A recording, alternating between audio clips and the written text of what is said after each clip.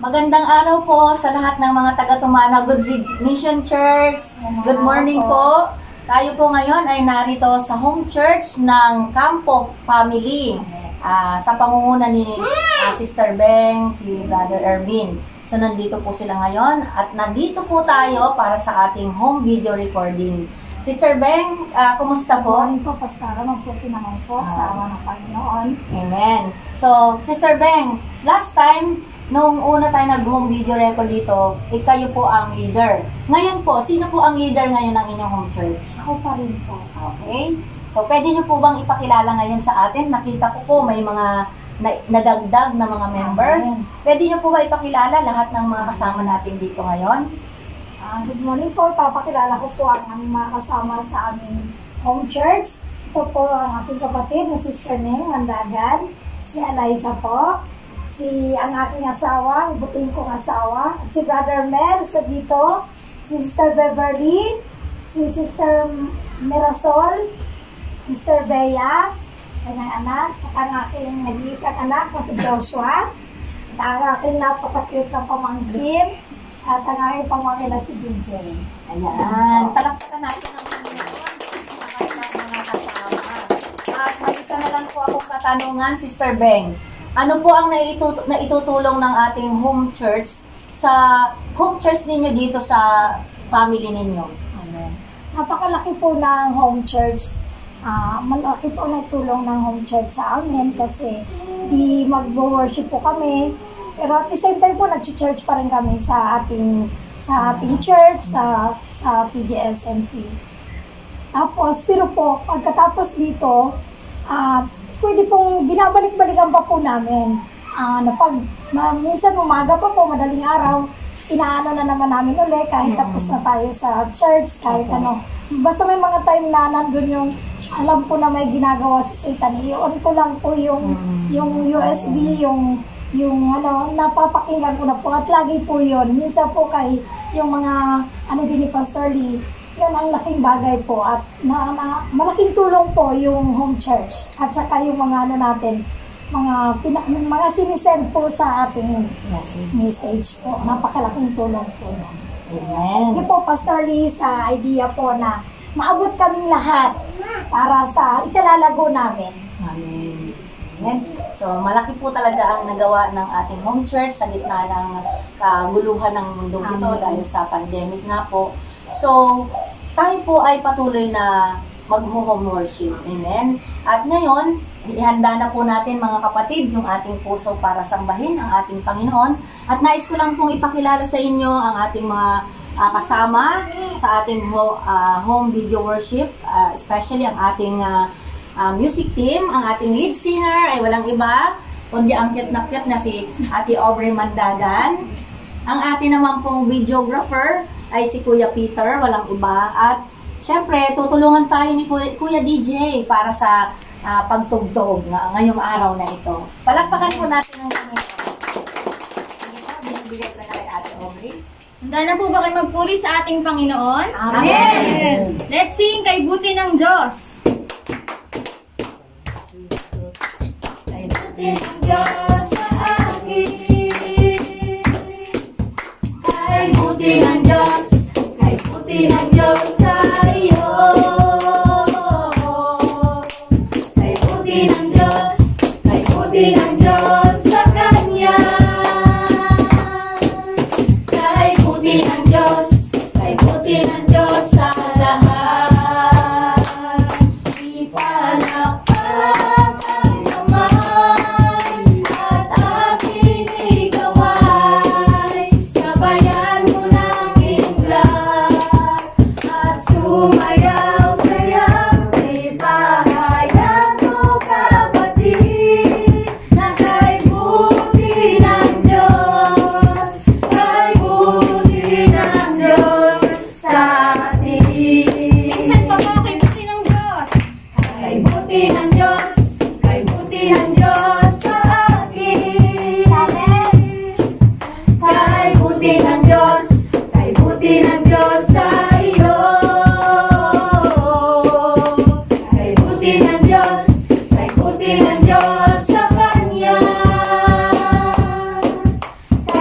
buti ng Diyos, kay buti ng Diyos sa lahat. Ipalakpak ang kamay at aking igaway, sabayan mo ng indak at sumayaw sayaw. Ipahayag mo kapatid na kay buti ng Diyos, kay buti ng Diyos sa atin.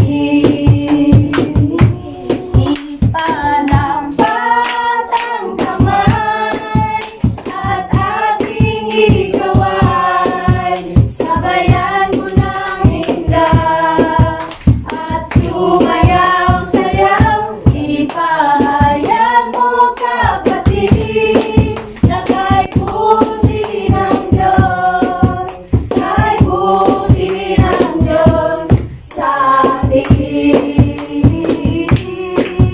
Kay buti ng Diyos sa atin.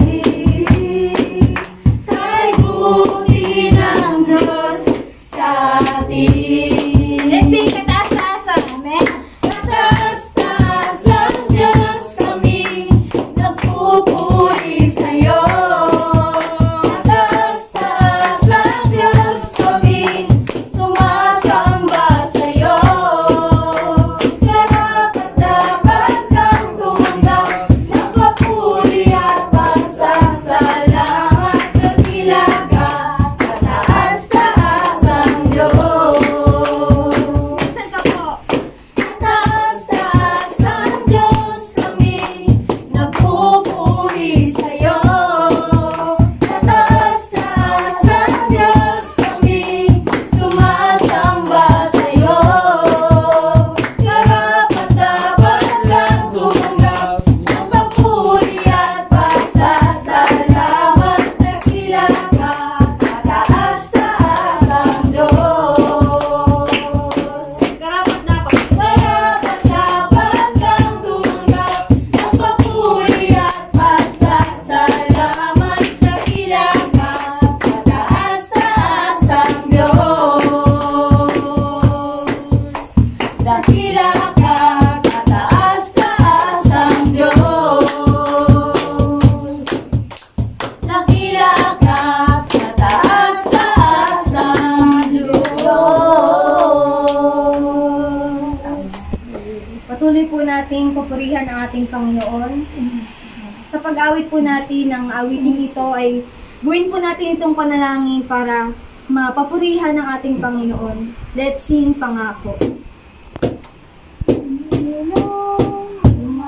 Malapit sa'yo ang puso kong nag-iisa, ikaw ang aking pag-asa. Panginoon, tugon sa aking dalangin, dapat kailanman aking kapayapaan.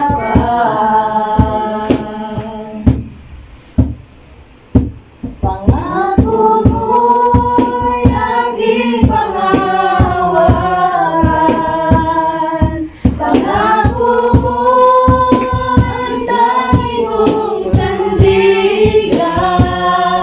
Pangako mo'y tapat, magpakailanman ako ay di iwan o pababayaan man. Pangako mo'y aking panghahawakan.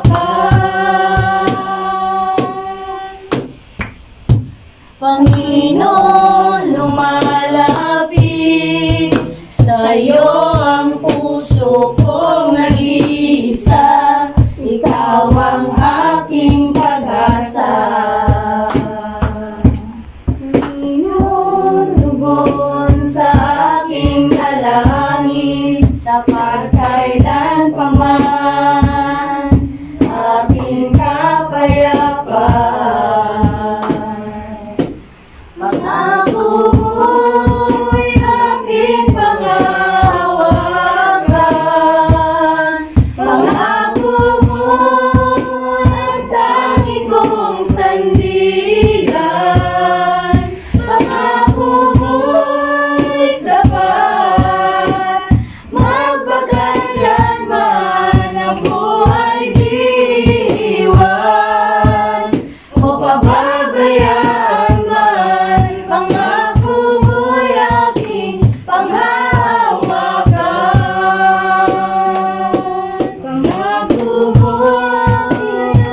aking panghahawakan. Pangako mo ang tangi kong sandigan.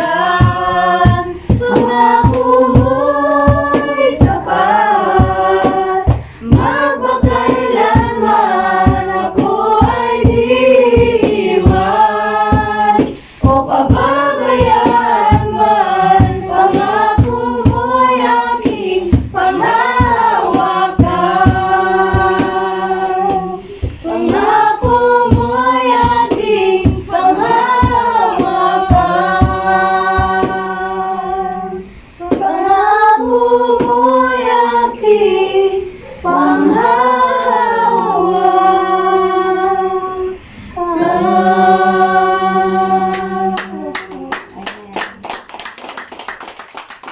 Hindi ko po ang leader ng home church na ito, Sister Beng, na manguna sa panalangin.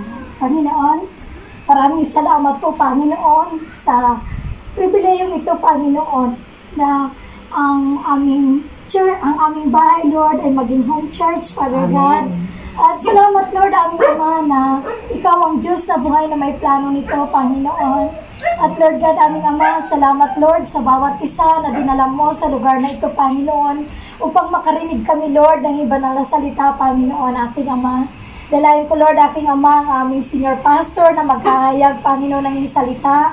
Magayang aming Pastora Olivia Lumadilla po, Panginoon, na maghahayag ng iyong salita. Gagamitin mo po sila, Panginoon. Ang kanila nga pong mga labi, Lord God, aming Ama, gagamitin mo, Lord, upang pahayagan yung banal na salita, Panginoon, aming Ama. Salamat po, Panginoon, sa iyong banal na Espiritu, Panginoon, aming Ama, na magbibigay ng kapangyarihan ng iyong salita sa bawat makakarinig, Panginoon, aming Ama, ng mensahe na kanilang bibigkasin, Panginoon, aming Ama. Hayaan mo, Lord, ng bawat salita na kanilang sasabihin, mamumutawi ito sa kanilang mga labi, Lord, at nawa, Panginoon, ito'y may iukit din po sa tableta ng aming mga puso, Father God, aming Ama. Hayaan mo po, Lord, na magrema, Panginoon, sa aming mga puso ang iyong salita, Panginoon, na gagamitin mo ang aming senior pastor, maging ang aming Pastora Olive, Father God, aming Ama. Salamat, Lord, aming Ama. At Lord, aming Ama, katagpuin mo po ang bawat isa sa amin, Panginoon. Maranasan, Panginoon, aming Ama, ang dampilang kalwalatian mo po, Panginoon, aming Ama. Aming Ama, alam po namin na kung wala ka sa buhay namin, aming Ama, wala kaming magagawa, O God. Kaya, Lord, dalangin namin, aming Ama, ang patuloy na pagkilos mo sa aming mga puso. Aming Ama, hayaan mo, Lord, na patuloy namin acknowledge, Lord God, aming Ama, that only Jesus Christ is the only answer, O Lord God, aming Ama. At ang buhay namin, Lord, aming Ama, ay ikaw, Lord, ang absolute value, Panginoon, aming Ama. Lord, hayaan mo ang bawat isa, Panginoon, aming Ama. Turuan mo po, Panginoon, na ikaw lamang po, Lord, aming Ama, patuloy naming pananaligan, Panginoon, aming Ama. We thank you so much, Father God, aming Ama. Salamat po, Panginoon, aming Ama. Patuloy po namin binibigyan ka ng papuri, parangal at pagsamba sa pangalan ni Jesus. Amen. Ayan po. So ngayon po, handa na po ba tayo na makinig ng salita ng Diyos? Amen. Amen. So ayan po, ipakilala natin ang ating mga tagapagsalita. Sa English, walang iba ang ating Senior Pastor, Reverend David Lee. At sa Tagalog naman, ay walang iba ang ating Educational Pastor, Pastor Olivia Lumadilla. Maligayang araw ng Panginoon. Muli po, magandang umaga o hapon, kung ano oras naman kayo manonood. Maligayang araw ng Panginoon. At ngayong araw po na ito, tayo po ay may pagsamba sa Panginoon. Kaya naman bago po yan, batiin po muna natin ang ating mga katabi. Mahal kita sa Panginoon. Mahal kita sa Panginoon. Lahat po kayo ay mahal ko sa Panginoon.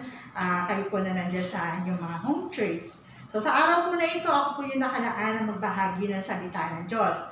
At ang salita po ng Diyos ay mababasa po natin sa Joshua chapter 5 verses 2 hanggang 9. So dito pa may pamagat po tayo. Mula dito sa Joshua chapter 5 verse 2 hanggang 9, yan po ay may pamagat na turning point of Israelites. O sa Tagalog po, ito ay punto ng pag-ikot ng mga Israelita. So, ngayong araw na ito po ay nais na ibahagi sa inyo at sa inyo pa. So, dahil alam niyo naman po, na sa kanya po itong mensahe na ito at itinagalog ko lang. at ibinahagi sa pamamagitan ng Tagalog service. Kaya naman sa ating pong panimula, ito po ay nais na ibahagi sa atin ng Panginoon. Kung natatandaan niyo dati, may pamagat tayo na Turning Point of Joshua. Ako rin po yata yung nagbigay ng mensahe nun sa Tagalog. At ngayon naman, pamagat naman ay Turning Point of Israelite, or yun nga pong punto ng pag-ikot ng mga Israelita. Bago po ang mga Israelita ay sumapit doon sa pag-conquer nila o sa pakikipaglaban nila para makubkob po nila itong Jericho, sila po muna ay nagkaroon ng turning point o punto ng pag-ikot, itong mga Israelita. Sila ay nagkaroon ng punto ng pag-ikot sa kanilang mga buhay. Mababasa po natin yan sa Joshua chapter 5 verse 9. Basahin niyo lang po mamaya pagkatapos natin na makinig. Matatagpuan natin dito ang tatlong salita. Mula po dito sa Joshua chapter 5 verse 2 to 9, meron pong mahalagang salita dito. At yan po ay tatlo. Una, ang sinasabi rito ay yung circumcise, o sa Tagalog po ay pagtutuli.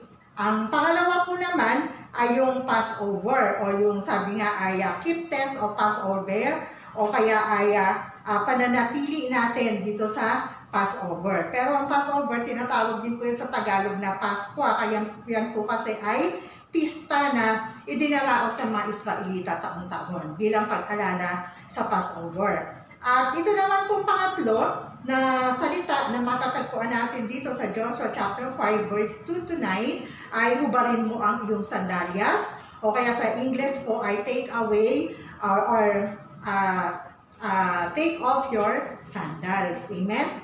Kaya naman po dito, sa tatlong ito, titignan natin kung paano nagkaroon ng punto ng pag-ikot o turning point ang mga Israelita bago pa nila masakop ang lungsod ng Jericho. So, may sila po yung ating panimula. So, umpisa na po tayo. Una po ay tinatawag natin na unang babahagi, yung unang salita na napakahalaga na binasa po natin sa Joshua chapter 5:20. Yan po ay circumcise. O tinatawag na sa Tagalog ay pagtutuli. Alam naman natin na ang circumcise o pagtutuli ay ginagawa lang sa mga lalaki, hindi po kasama sa babae. Pero mamaya po makita natin kung bakit kailangan natin lahat, babae man ang lalaki, kailangan natin ang ma-circumcise. Meaning to say, ito ay spiritual circumcise, hindi po yan physical na circumcise. Amen?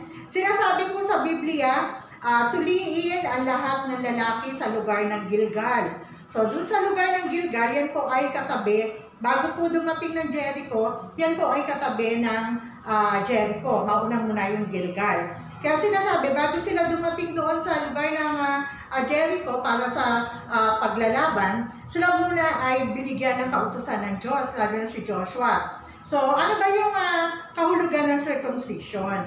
Ang kahulugan po ng pagtutuli o circumcision ay sumisimbolo kay Hesus Kristo. Bakit? Kasi di ba kapag po tinutuli ang isang lalaki sa ganyang pag-aari nila, yan po ay may hihiwain sa kanilang balat, doon po sa kanilang ari, at ito ay may pagdurgo. Kaya naman po, yung pagdurgo na yun ang sumisimbolo kay Hesus Kristo.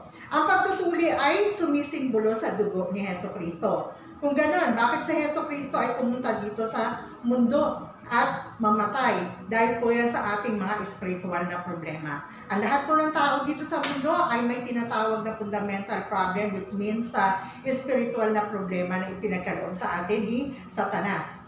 At bakit si Satanas ay namagitan sa atin? Alam mo ba na dahil si Satanas ay namagitan sa atin, maraming problema, kahirapan ang dumating sa ating mga buhay. Maraming pag-aalala, sakit, problema sa pamilya, problema sa trabaho, problema sa business, problema ng relasyon, problema sa anak. Ang dami! Iba't ibang klaseng problema ay dumarating natin dahil na rin sa pamapakana o paglalagayan ni Satanas sa buhay natin. Dito makikita natin ang mga tao nagkakaroon ng sakit.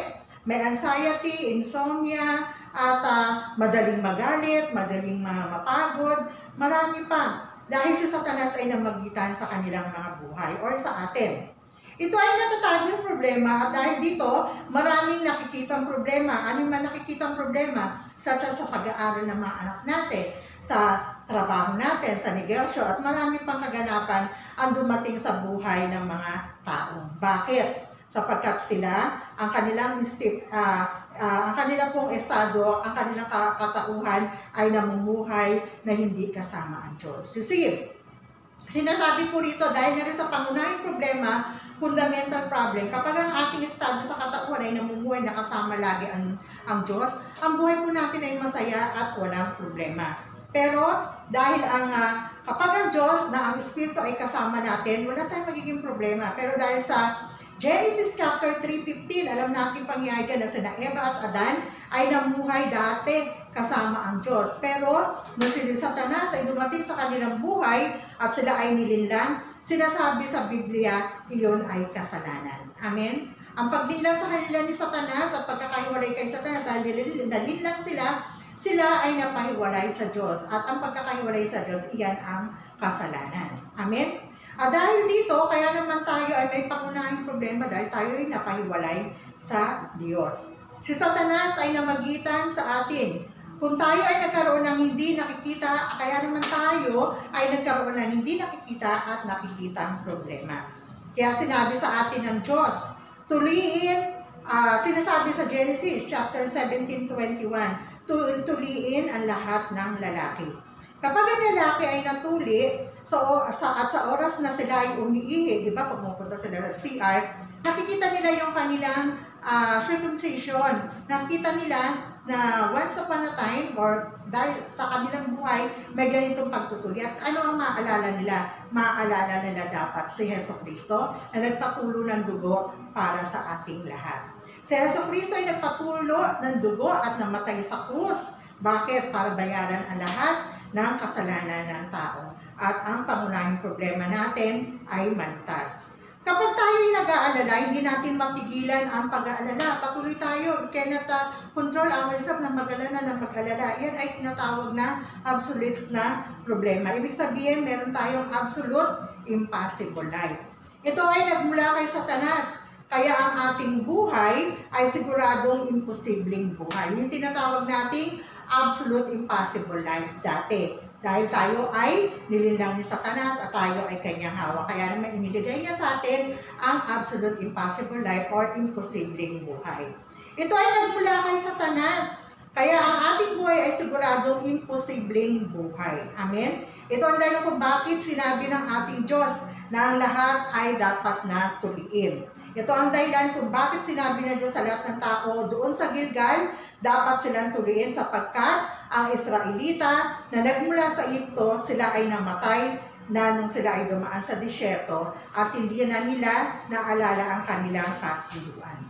Kasi, nung inilabas ng Diyos ang mga Israelita doon sa Egypto, sila ay patay sa espiritu. Pero dahil nung sila ay dumaan doon sa yung kanilang kamundong hangarin, pinatay na rin doon sa disyerto. Pero nakalimutan po nila ang kasunduan, ang covenant. Ang kasunduan na kung saan mananatili sila nasa Diyos. Ang kasunduan na yung pangako ng Diyos ay dadalhin sila doon sa Kanaan. Hindi nagbago ang kanilang buhay mula sa mabuting balita, yun ang problema. Kahit na sila ay inilabas doon sa Egypto, ang pangyayari ito, hindi yun na naging dahilan para mabago ang buhay at panghawakan nila ang gospel. Nakalimutan po nila ang gospel. Ganun ang taong mabilis makalimot. Sa 40 taon sa disyerto, sila ay namatay dahil sa hindi pagtutuli. Kaya naman sa pangalawang henerasyon, si Joshua ay tinipon ang lahat ng kalalakihan ng Israelita. Sa Gilgal at Tito, tinuli, kaya naalala nila ang kanilang problema ay hindi basta problema, kundi spiritual na problema. Kapag sila ay pumupunta sa CR, naalala na kung bakit naparito si Jesucristo sa mundo para tayo ay, sabi nga, at bakit kailangan nating maniwala kay Jesucristo? Dahil siya po yung natatangi na solusyon sa ating mga buhay. Amen? Pangalawa, sinasabi po, circumcise within 8 days o kaya kinakailangan daw na tuliin ang isang bata pag siya pinanganak after 8 days, kinakailangan na siya ay tuliin. Bakit? Kahit sila pa ay bata pa, kailangan i-inject na sa kanila ang mabuting balita, ang gospel. Ito po yung ibig sabihin nun. Ibig sabihin, kahit sa muna kaisipan pa lang ng isang bata, kinakailangan niya na makapakinig, mag-aral ng salita ng Diyos, which is the mabuting balita or gospel. Sapagkat ang ating ang problema ay hindi problema lang, kundi espiritual na problema na pakana ni Satanas. Kung wala ang mabuting balita at wala si Jesucristo, hindi natin masusolusyonan ang problema. Kahit na ang ating mga anak at sanggol pa lamang na napakabata, 8 days pa lang na ipinapanganak, kinakailangan ng pakainin, i-feed ng salita ng Diyos or ng mabuting balita. Kapag hindi niya ibinahagi sa kanila ang mabuting balita, ang spiritual na problema ay maipapamana pa nila sa mga susunod nilang henerasyon. Third to fourth generation will inherit kung ano yung mga naging kasalanan ng mga kanilang magulang. Kasama na doon ang mga spiritual na problema, nakikita at hindi nakikita ang problema. Kung nung nakaraan, si Sister Chatty ay nagbahagi doon sa Bible study nila, special Bible study, kina Pastor Lee. At dito nabanggit ni Sister Chatty na nagkakaroon siya ng alalahanin about sa kanyang anak na si Kristan. Si Kristan ay 5 years old pa lamang, going to 6 years old. At dito si Kristan, nakikita ni Sister Chatty na nagugustuhan na maglaro lagi ng Barbie doll, manika. At kapag naliligo si Sister Chatty, ginagaya din ni Kristan yung paglalagay ng pagbabalot ng ulo niya kapag naligo siya. Nilalagay niya yung tuwalya at pagkatapos sinusuot niya pa yung skirt o yung palda ni Sister Chatty. Paulit-ulit itong ginagawa ni Kristan.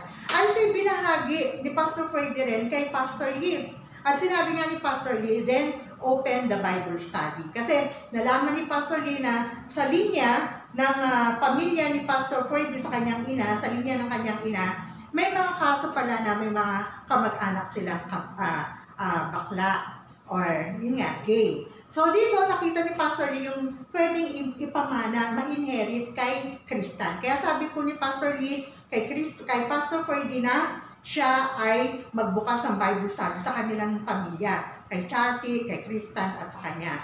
At dito nasabi na yun ni Pastor Freddy, pero isang gabi, dahil gabi nga sila may oras na mag-Bible study, dati si Kristan natutulog siya ng 12 midnight. Yun ang pinakamaaga niya at pinaka-regular niyang pagtulog, 12 midnight.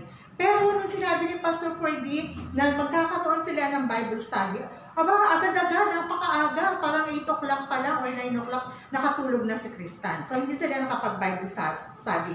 The day after that, nung kinaumagahan, niyaya na ni Pastor Freddy na mag-Bible study para hindi na siya makatulog sa gabi. Pero ano sinabi ni Kristan? Hindi, ayokong mag-worship. So bakit ang isang 5 taong gulang, alam niya na kung bakit, alam niya na umayaw sa worship. Meaning to say, meron na siyang kaisipan. Pero sinabi ni Pastor Freddy, Pastor Lee, hindi si Kristan dito, kundi behind kay Kristan, ando si Satanas na kumikilos sa buhay ng batang si Kristan. Kahit bata pa lang, may kumikilos ng masamang elemento sa buhay ni Kristan. Pero nung pinagpatuloy pa rin ni Pastor Freddy, kahit ayaw ni Kristan, pinagpatuloy pa rin ni Pastor Freddy yung kanyang pagbabahagi at ng Bible study at yung worship. At you know what happened? Sa pang-araw-araw nilang pagbabahagi ngayon, si Kristan, hindi na siya naglalaro ng Barbie doll at hindi na rin niya sinusuot yung palda ng nanay niya. Praise God, di ba? Kaya napakahalaga talaga ng mabuting balita.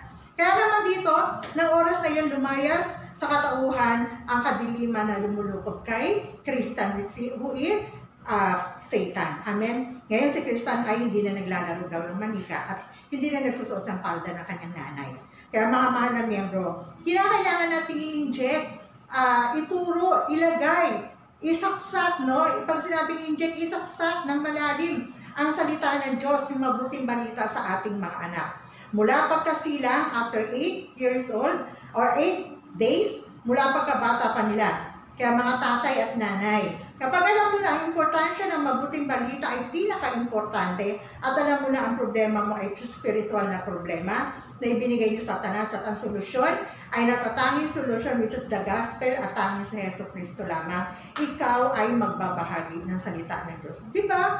Kung ikaw, dito sa pandemya na to, alam mo na ang kasagutan ay itong injection na ito na ilalagay, itong vaccine na ito, hindi mo ba yan ilalagay sa kanila? Of course, lalagay mo, di ba? Kaya sa iyong mga anak, ganun din, ilagay natin, isiksik natin, ilagay natin, idiin natin itong mabuting balita. sapagkat si Jesucristo ang pinaka-importante dito sa mundo. Ito ang napaka-importante, kaya naman sinasabi sa Biblia, pagkatapos ng 8 araw, kinakailangan mong ibahagi ang mabuting balita. Pangatlo, circumcise all men. At sinasabi sa Genesis chapter 17 verse 12, circumcise all men. Bakit po sinabing circumcise all men? Tuliin ang lahat ng lalaki sa inyong tahanan.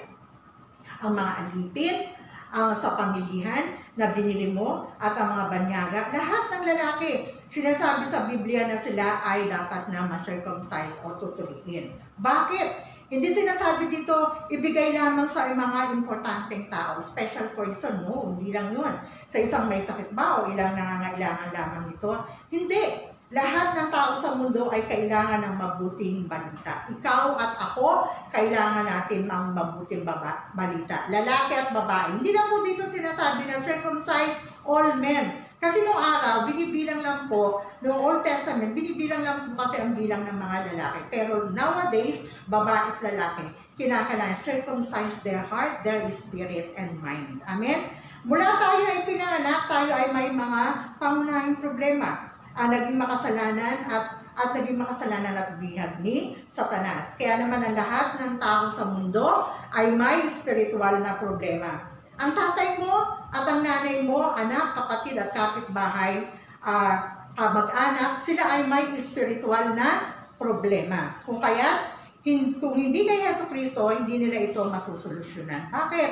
Tayo ay may physical na katawan. Wala tayo, hindi natin makikita sa Satanas. Only Christ, who is the Spirit at anak ng Diyos, ang makakagapi lamang sa Kanya. Alam mo ba na itong mabuting balita? Kaya naman noong nakaraang linggo, itong si Pastor Lee, may assignment na binigay sa atin si Pastor Lee. Ano yun?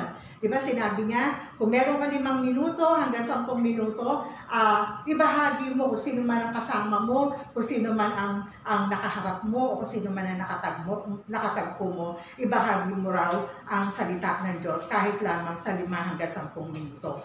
Kapag may kasama ka, ipahayag mo ito. Ito ang mabuting balita. Bakit? Sapagkat ang mabuting balita ang natatanging solusyon sa bawat problema na meron ka sa iyong buhay. Noong nakaraang linggo, si Pastor Lee at si Samuel ay nanggaling sa isang ospital. At pagkagaling nila sa ospital, pag-uwi po nila, may nakatagpo sila na kaibigan po na kung tawagin ni Samuel ay kuya. So itong lalaki na ito na tinatawag ni Samuel na kuya, kilala niya ito more than 30 years pa. At hindi na sila nagkita since that time ng 30 years. Pero nung nakita niya, si Samuel magkaroon agad siya ng heart na bahagi na nito ng salita ng Diyos. Pero alam niyo ba, kahit na tumanggi itong lalaki nito, tinuloy pa niya pagbabahagi ng Diyos ay ng salita ng Diyos. At kahit na hindi siya tumanggap na acceptance prayer, itunuloy pa rin ni Samuel. Noong una, di ba, sobrang nakakahiya yun, tatanggihan ka, tapos ayaw tanggapin, di ba? Para sa isang pastor at isang kakaibigan pa man din, kakilala mo for more than 30 years, tatanggihan ka, of course, nakakahiya yun. Pero, hindi yun inisip ni Samuel at ni Pastor. Patuloy nilang ibinahagi, nahihiyaman sila, hindi nila yun inalintana, hindi sila nahiya pala, kung hindi, ituloy nila ang pagbabahagi ng salita ng Diyos. Kung titignan natin, sobrang nakakahiya yun dahil tinatanggihan sila.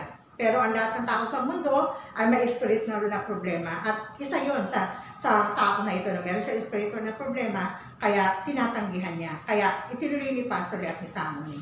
Ang mabuting balita ay kailangan nating i-deliver. Amen?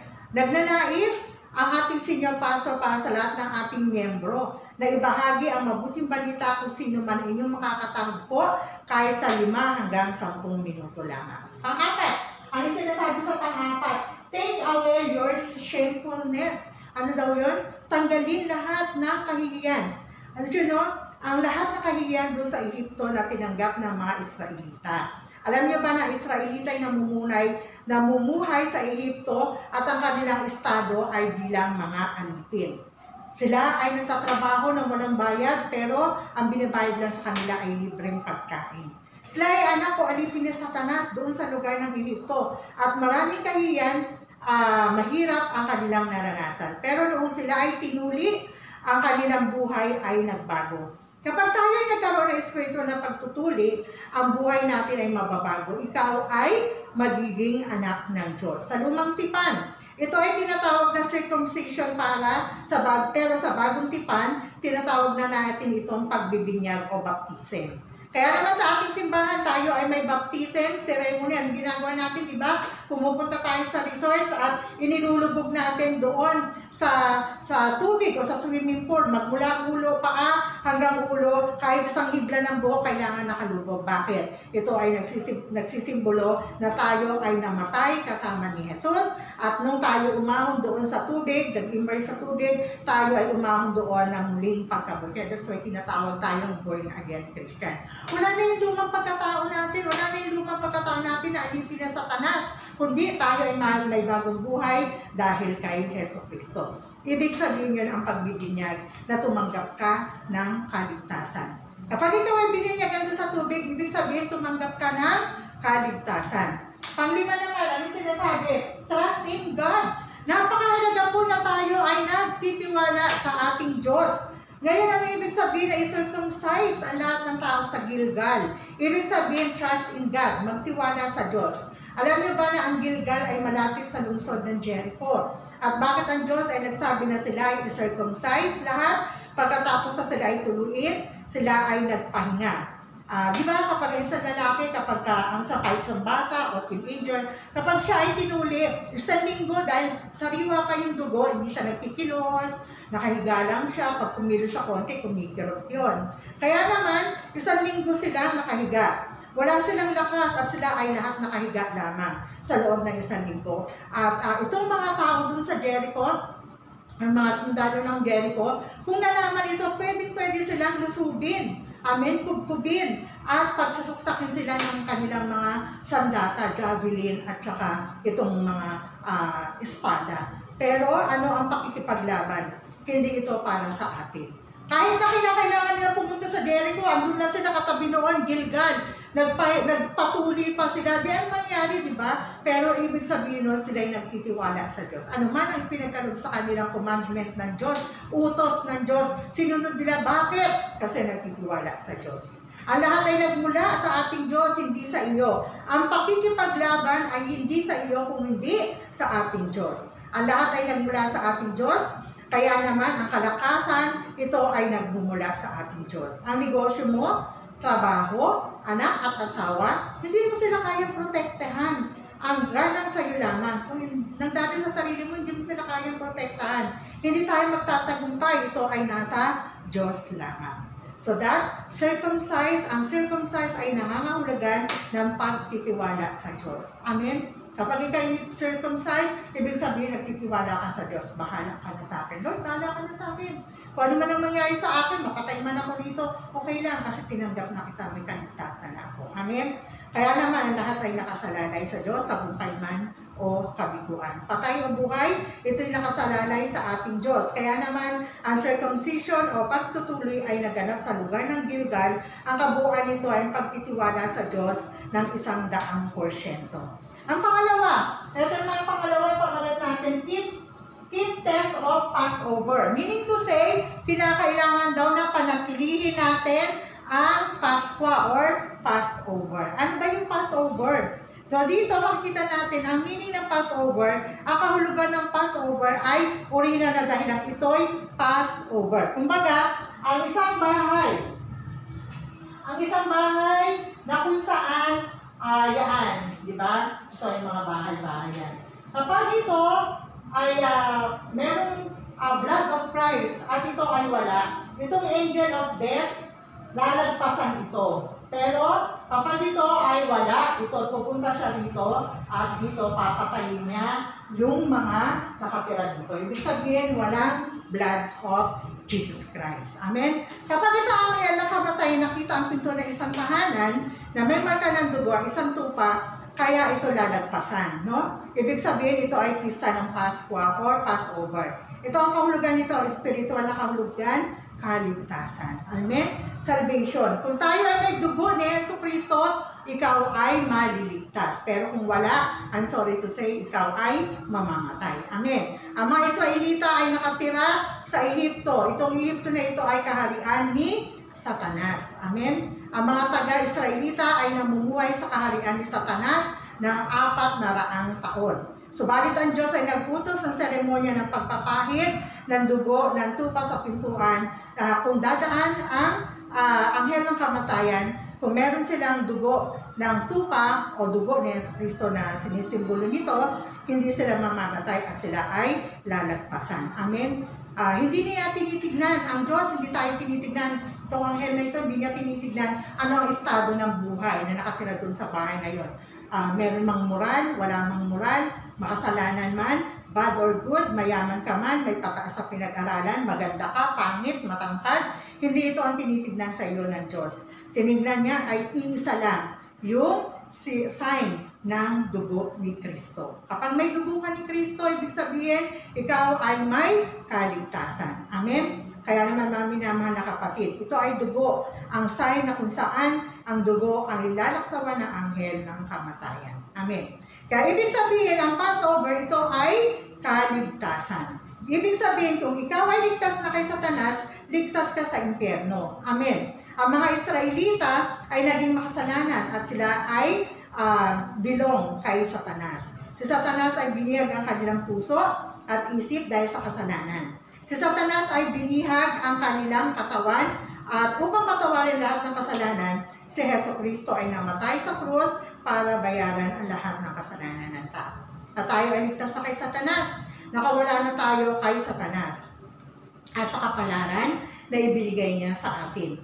At ikaw din ay ligtas sa impyerno at ito kaligtasan kung kaya tanging si Jesucristo lamang ang makapagliligtas sa atin sa impyerno at kapalaran. Amen? Pangalawa, the most importance of the Christian. Ano ba ang napakahalaga para sa isang Kristiyano? So the most importance of Christians, ang pinakamahalaga sa Kristiyano ay ang kasiguraduhan ng kanilang kaligtasan.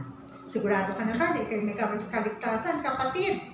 Kaya dahil sinasabi sa Efeso 6:17, isuot ang helmet, yung baluti ng iyong ulo, di ba? Mahalaga na ang ulo natin may baluti. Bakit? Andito yung mind.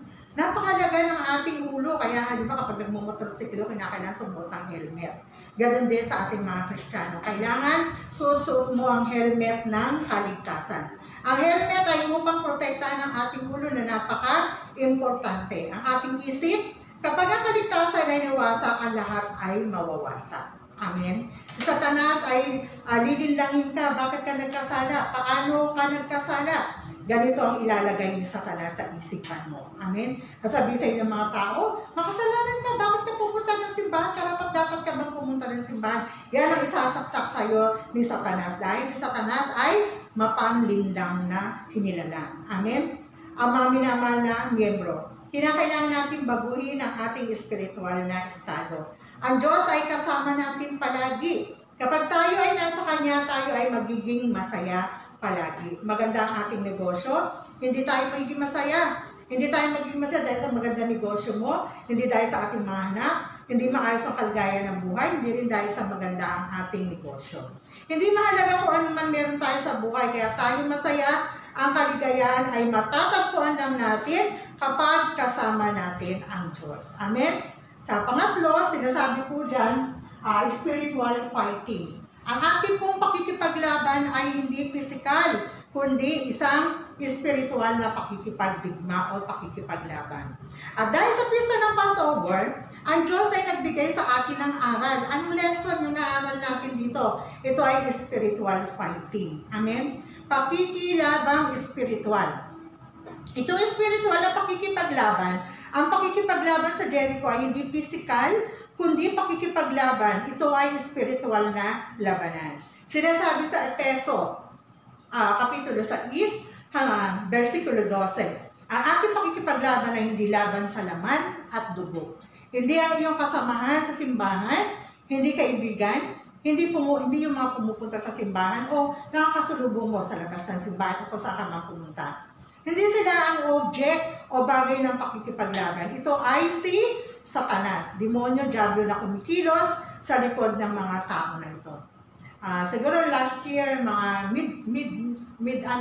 gitna ng 2020, I was so upset dahil na rin sa may isang tao na nagsalita sa akin ng hindi maganda at ginamit niya pa yung social media. Pero during that time, I was also captured by Satan. Nung nakita ko yun, dahil ako mismo yung una nakita, a minute ago, nung nakita ko yun, agad-agad nakita ko yun.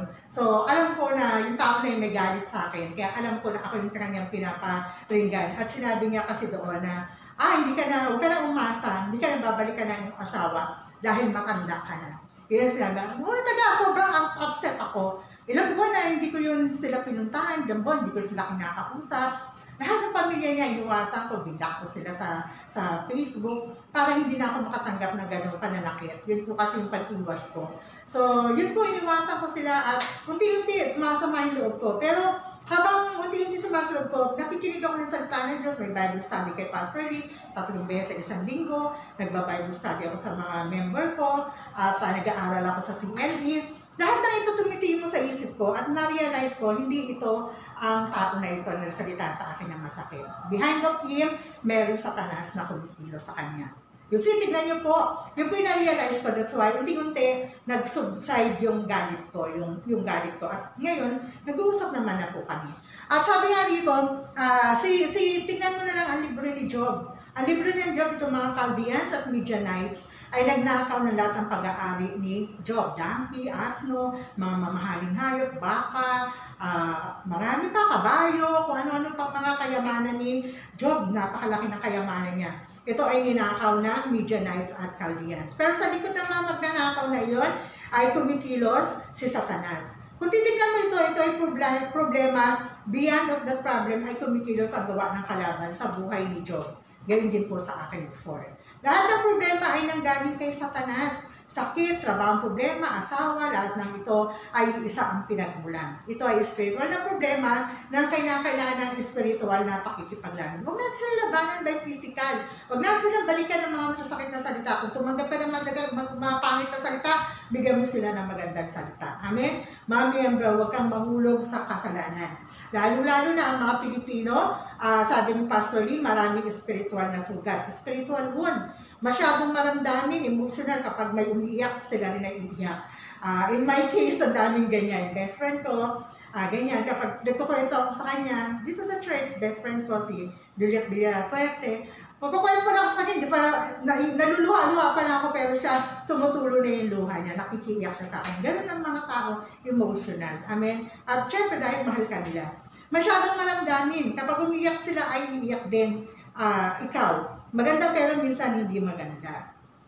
Kung nakarinig ka ng masakit na at sinasaktan ka kaagad o nasasaktan ka agad, isipin mo na lang na hindi sila yun. Sa likod nila, andun si Satanas na kumikilos sa kanila. Kaya naman, kinakailangan lumaban ng hindi physical, kundi spiritual. Kaya naman ang pakikipaglaban sa Jericho ay hindi physical, kundi spiritual. Ito ang kahulugan. At kinakailangan mong panatilihin ang Passover o Pasko. Amen? So, yan po yung pangalawa. Kinakailangan daw natin na makit at yung test doon sa Passover. Amen? At pangatlo naman, itong take off your sandals. Ano ibig sabihin ng take off your sandals or tanggalin mo ang iyong sandalyas? Habang ito si Joshua ay papunta sa lungsod ng Jericho, bigla na lang ang commander ni Jehovah ay biglang lumitaw sa harapan ni Joshua. Tinatawag natin itong anghel. Anghel or commander ng anghel ni Jehovah. At sinasabi sa Joshua chapter 5 na ang commander na ito ay mismo si Jesucristo. Kaya naman nung itong si Joshua ay papunta doon sa lugar ng Gilgal, biglang lumitaw sa kanya or sa Jericho, biglang lumitaw sa kanya itong commander ni Jehovah. At sinabi sa kanya na tanggalin mo ang iyong sandalyas. So bakit po sinabi yon? At siya nga ay pinaniwalaan niya na siya lumitaw sa harap ni Joshua ay yun nga si Jesucristo. At nagtanong ito si Joshua, ano yung mahalagang katanungan ni Joshua? So sabi rito, Commander of the Lords at question ni Joshua. Napahalaga yung tanong ni Joshua, no? Bakit yun na inilagay dito sa ating mensahe? So ang tanong ni Joshua, sabi niya rito, at nagtanong ito si Joshua sa commander na biglang lumitaw sa kanyang harapan. Sinabi ni Joshua, ikaw ba ay panig namin o panig ng kalaban o panig nila? At sinagot siya ng commander ni Jehovah. Ang sabi, hindi ako panig sa iyo, hindi ako panig sa kanila. Ako ay nasa panig ng ating Diyos, ni Jehovah. Ibig sabihin, ang tanong ni Joshua, ay siya ba ay panig nila o kalaban? Ay mali. Si Joshua, ang host ng labanan. Alam niyo yung host ng labanan? Siya yung leader. Siya yung master ng labanan. Iniisip niya, ako ang gagawa, kailangan gawin ko ito, kailangan i-check ko ito dahil ako ang host ng labanan na ito. So dito, ito ay mali. At sinabi ng commander ng Jehovah na hindi siya panig din naman, kundi sa panig lang siya ng Diyos. Ito ang kaisipan ng bawat isa dito sa mundo. Laging pansariling kaisipan. Ang sarili mong isip, sarili mong panukat, your measurement, your thoughts, your emotion, no? Yun din sa mga sarili mo, pansarili mong emosyon, pansarili mong kaisipan, pansarili mong panukat. Ibig sabihin lahat ng oras sa iniisip natin ay self-centeredness. Ito ay mali. Hindi ito laban, hindi natin ito laban. Alalahanin mo, yun ang sinabi sa atin na ating Senior Pastor before pa, na ang laban natin na hindi natin laban, our battle is not our battle, but the battle of our God. Amen? Ang fighting na ito ay para sa ating Panginoon. Kaya naman, ang host ng labanan na ito ay ang ating Panginoon. Host sa Tagalog ay punong abala, di ba? Siya yung punong abala, gagawin niya rito, ano ba yung prepare niya, ganito, ganyan. Alam mo ba na hindi tayo ang gagawa ng lahat na ito, kundi ang ating Diyos. Ang Diyos natin ang gagawa ng lahat na ito sa ating harapan at tayo ay susunod lamang sa Kanya. Mga minamahal na miyembro, ating baguhin ang ating pagtatanong sa Panginoon. Hindi dapat natin itanong gaya ng tinanong ni Joshua, ikaw ba ay sa panig namin o panig nila? O ikaw ay sa panig ng kalaban. Ang dapat daw ay, ikaw ba ay nagmula sa Diyos? Hindi lang dapat na tinanong ni Joshua, ikaw ba ay nasa panig ng Diyos? So kung nasa panig ka ng Diyos, susunod ako sa iyo. Dapat ganon. Amen? Kaya naman, ang commander ng Diyos ay nagsabi na tanggalin ang kanyang sandalyas. Meaning to say, tanggalin ang kanyang ownership. Hindi siya yung host ng labanan, hindi siya yung master ng labanan, hindi siya yung punong abala ng labanan, kundi ang ating Diyos. Kaya pinapatanggal sa kanya ang sandalyas. Ang sandalyas ay sumisimbolo ng ranggo o rank, no? Diba yung mga general, kailangan marami, paramihan sila rito ng mga golden, mga nilalagay ito, rank ang tawag doon. So, ganun din kay Joshua, yung kanyang sandalyas, kasi during that time, ang isang puno or commander, ang nakasandalyas lang. Pero yung mga alipin na sasama sa kanya doon sa lugar ng labanan, mga nakapaa lamang. Kaya, itong sumisimbolo dito sa sandalyas ay ranggo. Ang isang ordinaryong sundalo hindi nagsusuot ng sandalyas. Sa labanan na ito, ibig sabihin, ipinatatanggal ng commander ng Diyos ang ownership ni Joshua. Sa labanan na ito, ang Diyos, ang siyang host, ang siyang master, ang siyang punong abala, hindi si Joshua. Ang kanyang sundalo at si Joshua ay susunod lamang sa Panginoon. Siya ang gagawa at magpapanalo ng laban, hindi tayo. Members, ibigay natin yung ownership natin sa Panginoon, ang ating Panginoong Jesucristo. Tingnan niyo sa John chapter 2. Anong meron sa John chapter 2, di ba? Wedding banquet. Yung tinatawag na kasalan, no? Kasalan. At dito nakikita natin na nung si Jesucristo ay isa lamang, para sa kanila, ay isa lamang panauhin, nagkulang yung kanilang inumin, yung kanilang anak. Pero nung ni-recognize nila, dito si Jesucristo, siya yung master, siya yung nakakagawa ng milagro, siya yung lahat-lahat, di ba? Doon ay nagkaroon ng maraming inumin, alak. Ibig sabihin, God is a God of provision. Amen? Kulang man tayo sa ating mga budget, lack of finances, kulang ka ba sa mga pangangailangan mo sa bahay? Do not worry. Kulang man tayo, huwag kang mag-alala dahil ang pamilya natin sa ating Diyos ang siyang magpapatupad ng lahat. Siya ang magbibigay. May problema sa pamilya, sa ating negosyo, kapag ikaw ay master sa lahat ng ito, kailangan daw natin ipabahala ang lahat sa ating Panginoon. Maging ang negosyo, trabaho, ating buhay, dapat ang ating master, ang lahat ng bagay sa buong mundo, gitna nito, ang core nito, or in the midst nito ay si Jesucristo lamang. Dapat na ang master natin, kaya naman ibigay sa atin ang lahat.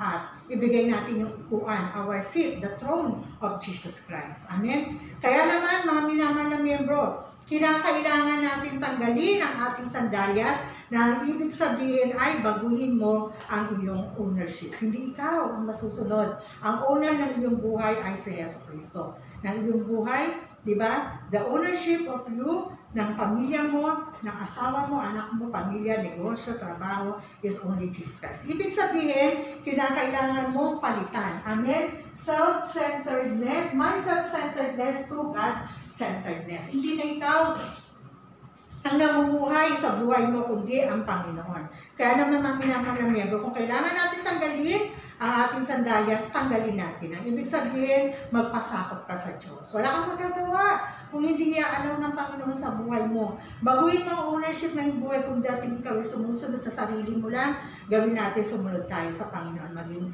not self-centeredness, but God-centeredness. Ang original na pamumuhay mo nung ikaw ay nilikha ng Diyos, ikaw ay God-centeredness. Si Eva at si Adan, namumuhay sila na ang Diyos ang sinusunod nila dati. Pero nung dumating si Satan, naging sarili na nila yung kanilang iniintindi, kanilang sinusunod.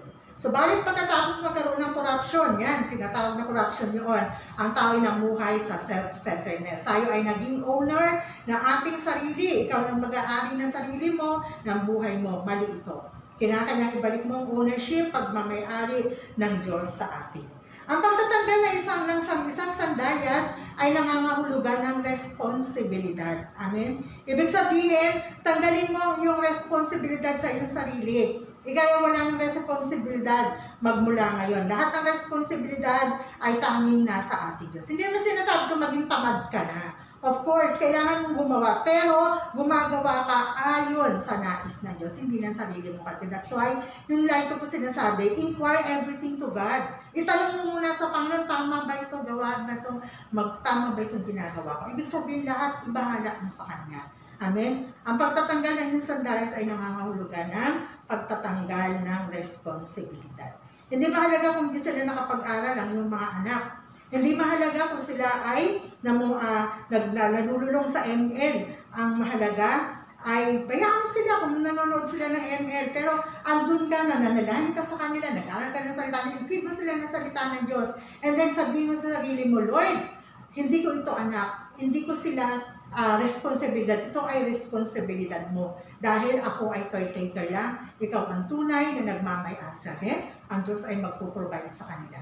Nagpo-provide yung kanilang pangangailangan pinansyal, sa pag-aaral, tuition fee, sa kanilang mga. Baka naman sabihin nyo, ay, hindi na ako magbabayad dito sa TGSCA kasi ang Diyos pala ang bahala magtupad. Hindi po ganun. Humingi po tayo ng tulong sa Diyos. Ibig sabihin, unahin mo muna ang Diyos at ang Diyos ang bahala na magpo-provide sa iyo. Magtiwala ka lang sa Kanya. Amen? Ito ang ibig sabihin ito, ubarin mo ang iyong sandalyas, tanggalin mo ang lahat ng worry sa kayong sarili. Mga miyembro, bago nakupkod ng Israelita ang lungsod ng Jericho, nagkaroon muna sila ng punto ng pag-ikot sa kanilang buhay. Turning point of their lives. Ano yan? Kaya dapat magkaroon din tayo ng turning point in our life. Ang nais ng ating Diyos ay magamit tayo sa pagpapayag ng salita ng Diyos, una. At pangalawa, bilang evangelist at maging kabahagi ng pandaigdigang pagbabahagi sa lahat ng lugar. Bago tayo gamitan ng Diyos sa pandaigdigang pagbabahagi, kinakailangan mo na magkaroon ka ng turning point sa iyong buhay, gaya ng mga Israelita. Kinakailangan na ikaw muna ay ma-circumcise. O baka sasabihin nyo, piloso ko kayo dyan, kailangan punta muna tayo doon. Yung mga hindi pa natutuli, magpatuli muna. Mga babae, paano tutuliin? Hindi po ibig sabihin. Ibig po sabihin, huwag nyo pong literal na gawin iyon. Then, Pastor, kinarang ba natin pumunta sa ospital? No. Gaya ng pupunta kami sa bundok, tanggalin ng sandalyas, gaya ng pupunta sa bundok, hindi po yun ang ibig sabihin. Ang ibig po sabihin yun, kinakailangan mong i-check ang iyong covenant, ang pangako ng Diyos sa buhay mo. Panghawakan mo ba ito? Pinangahawakan mo ba ang pangako sa buhay mo ng Diyos? At naayos mo ba ang mabuting balita? Na-arrange mo ba siya? Nagiging personalize mo ba ang mabuting balita? Ito po yung ibig sabihin. Amen? At sa pastor report, palaging ipinapahayag ang Heso Kristo. Bakit? Heso Kristo, yes. Kasi po, si Jesus Christ ay binanggit mula Genesis hanggang Revelation. Amen? Bakit? Dahil ang problema po natin ay hindi lang basta problema, ito ay spiritual na problema, kung kaya hindi ito mababago ng ating pong sarili lamang. Kundi, maging saksi tayo sa iba. Kapag nabago tayo, magiging saksi tayo sa iba. Amen? Kaya unang i-check natin ang ating covenant sa pamamagitan ng pakikinig at pakikinig ng mensahe. Amen. Pangalawa, sa lahat ng sitwasyon, huwag kang magdududa. Tayo ay dapat magkaroon ng kasiguraduhan ng kaligtasan. Huwag kang mag-alala at huwag kang mawala ng doubt na ay, nawala na yung kaligtasan kasi hindi makasalanan mo. Hindi ka tinignan ng Diyos bilang makasalanan, kung hindi, tinignan ka niya bilang kanyang anak na iniligtas niya. Dapat magkaroon ka ng kasiguraduhan sa kaligtasan sa lahat ng sitwasyon. Hindi ka na dapat na nasishake, hindi ka na dapat na yayanig sa iyong mga pagsubok kahit ano pa man na nakikita mo sa iyong kapaligiran. Huwag ka nang mag-aalala dahil may kasiguraduhan ka ng kaligtasan. At pangatlo, dapat natin baguhin ang ating ownership. Kung dati ikaw ay owner ng iyong trabaho, negosyo, pag-aaral, sa bahay, sa iyong buhay, pero ngayon, ibigay na natin ang ownership na ito sa ating Panginoon. So, kaya si Yesu Cristo ang problema. Siya yung master natin. Siya ang dudulog sa lahat ng ito. All you can do is trust 100% to our God at huwag kang mayanig. Amen. Pagpatuloy mo lang ang pakikinig ng salita ng Diyos. Si Yesu Cristo nagmamayari sa atin. Kung gayon, ang ating Panginoong Yesu Cristo ang may responsibilidad sa atin. Ang nais sa ating senior pastor, mga minamahal kapatid, na magkaroon tayo ng turning point sa ating buhay sa pamamagitan ng mensahe sa araw na ito. God bless us at nawa, pangawakan po natin ito sa loob ng isang linggo. Manalangin po tayo. Panginoon, maraming po salamat sa mensahe na ipinagkaloob mo. The turning point of the Israelite, O God, ay maging turning point po na lahat ng miyembro namin na nakinig sa araw na ito. Ama, panghawakan po nila ang tatlong bagay. Ang napakalagang tatlong bagay na binanggit sa Joshua chapter 5 verse 2 hanggang 9, na kung saan, Lord, nandun po, Lord, ang pag-circumcise ng kanilang buhay, ng kanilang puso at ng kanilang pong kanilang buhay, Panginoon Ama. Ama, tulungan mo sila, Panginoon, O God, na panghawakan, Lord, yung test na naranasan nila sa Passover. At ito po, Panginoon Ama, ay magkaroon sila ng malaking pagtitiwala sa inyo, Panginoon. At ang kasiguradahan ng kaligtasan ay hindi po mawawala sa kanila. At sa pangatlo, Lord, na sila po, Panginoon Ama, ay tanggalin yung kanilang sandalyas, ibig sabihin, tanggalin yung kanilang ownership sa kanilang mga sarili, sa kanilang bahay, pamilya, negosyo, trabaho, Ama, at maging sa pag-aaral sa kanilang mga anak. At ibigay sa inyo yung ownership para dahil, Lord, ikaw po ang bahalang kumilo sa buhay namin. Kami ay susunod lang.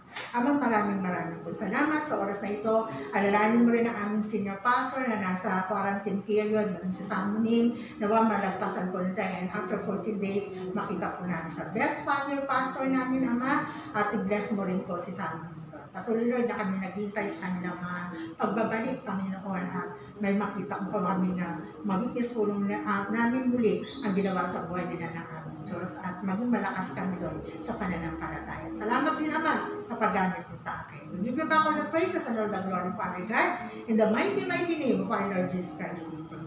Amen. God bless us. Ayan po, tayo naman po ngayon ay dadako naman sa ating mga announcement. So, patuloy lang po na humihingi ng panalangin ang ating senior pastor, Reverend David Lee, at Samunim dahil sila po bukas ay magta-travel na sila patungo ng Pilipinas. So humihingi po sila ng panalangin para sa kanilang pagbibiyahe at yung quarantine period nila na 7 days sa hotel at 7 days din po sa kanilang bahay. So ipanalangin po natin sila. Ganon din, patuloy na ipinapaalala ng ating senior pastor sa lahat ng mga member ng Tumanagod Mission Church na naglalaro po ng basketball doon po sa 3rd floor. 3rd floor ba yun o 4th floor? O sa 4th floor, pinapaalala po na bawal na pong maglaro doon. At ang pwede lang makaakyat doon ay yung maglilinis po ng ating 4th floor. So, from now on, hindi na po inaalaw na umakyat doon ang sinuman para maglaro po. Hintayin na lang po natin ang ating senior pastor na makasama natin dito para siya mismo yung titingin. Meron kasing problem kaya pinagbabawal. So, pagdating niya, siyang mag-aayos, mag-aasikaso, and then, i-aalaw niya rin naman po yun para sa mga estudyante ng ating simbahan. So, from now, pero sa ngayon, wala po munang pwedeng umakyat doon sa 4th floor. So, yun po. And also, patuloy pa rin po yung ating mga home worship. patuloy din po na manood tayo ng mga home video message natin and isend po natin yung ating mga report sa ating mga duty pastor. Okay po? And meron pa po yung ating Bible studies. Sabi ni Pastor Lee kanina na itong week lang na ito, last week and this week, medyo magulo yung Bible study dahil pinagsasama-sama. But next week daw, according to him, ay babalik na sa normal schedule. So, yun po. Kaya, every Wednesday, meron po siyang Bible study sa all members. Doon po yan sa TGSMC all members. I-click nyo lang po doon yung link na isi-send niya mismo and makaka-join na po kayo sa Bible study. Yan po. And yung mga Bible study ng mga special Bible study ng bawat group. So, tuloy-tuloy na raw po yun. Okay po. So, yun lamang pong ating mga announcement. Maraming salamat po. Ihanda natin yung ating mga puso para sa pagkakaloob natin sa Panginoon. Amen. So, dawitin po natin ang tanging alay ko. Ang tanging alay ko sa'yo, aking Ama, ay buong buhay ko, puso at kaluluwa, hindi makaya na maipagkaloob, mamahaling hiyas ni gintong iloko, ang tanging dalangin, O Diyos ay tanggapin, ang tanging alay ko, nawa'y gamitin, ito lamang Ama, wala nang iba pa, akong hinihiling.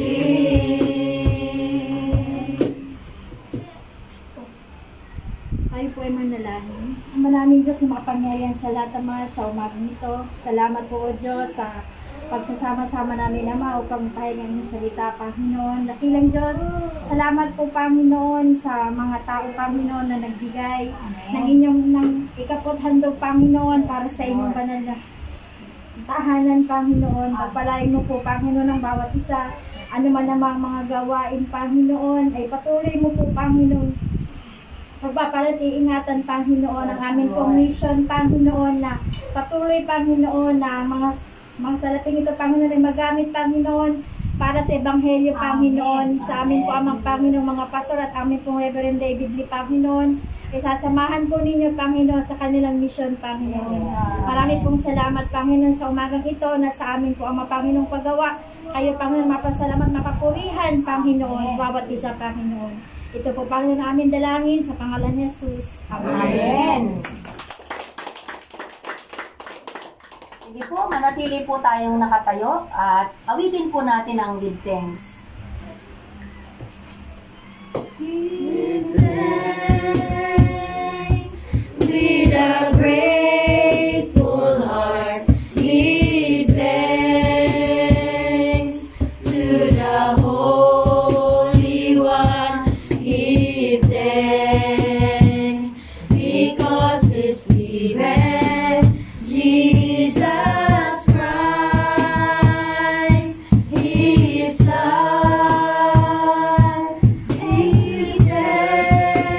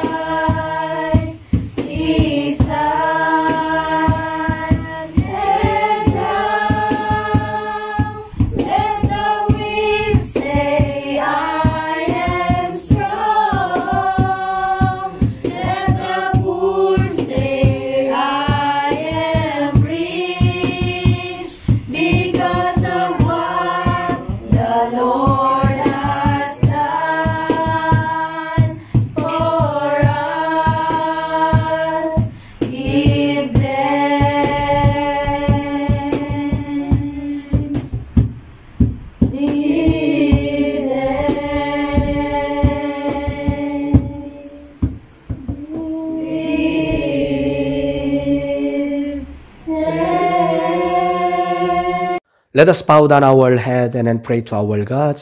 May the grace of our Lord Jesus Christ and great love our God Father and impression, influence, movements, and fellowship of the Holy Spirit to those who listen to the gospel and want change want to have the turning point in their life, to their family, household, to their business, to their travel, to our church, and to the Philippines. Now, up to the end of the earth, may God be with you forever and ever.